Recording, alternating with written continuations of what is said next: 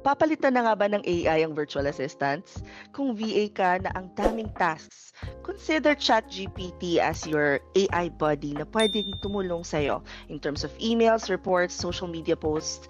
At kung hindi ka pa marunong gumamit ng ChatGPT, don't you worry, you are in the right place. Ito yung first video kung saan tuturuan ko muna kayo kung paano i-set up yung ChatGPT nyo, and then later on, magbibigay pa ako ng maraming examples sa kung paano nyo siya magagamit sa inyong freelancing business. So, first, go to chat.openai.com. Mag-sign up na lang kayo gamit yung Gmail ninyo. After that, explore the dashboard. Dito, makakapag-type ka ng instructions na ang tawag is prompt sa AI. Think of it like your virtual teammate. No, para mas maganda, customize. Go to settings, personalization. Dito pwede mong i-adjust yung tone, preferred writing style, at kahit pa reminders. Para mas match sa workflow mo, just to get started, I want you to type your first task. Example, act as my VA.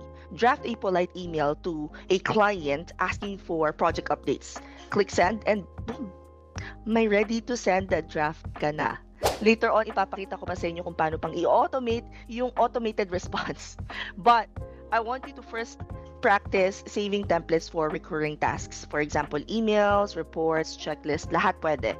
Less work, more time sa ibang VA tasks. Now, guys, keep in mind that you can combine ChatGPT with Google Sheets, Trello, Asana, or Canva.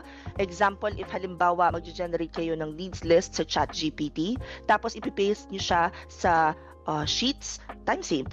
So team, hindi natin siya kalaban. Matagal na may AI pero patuloy pa rin nag-grow ang VA industry.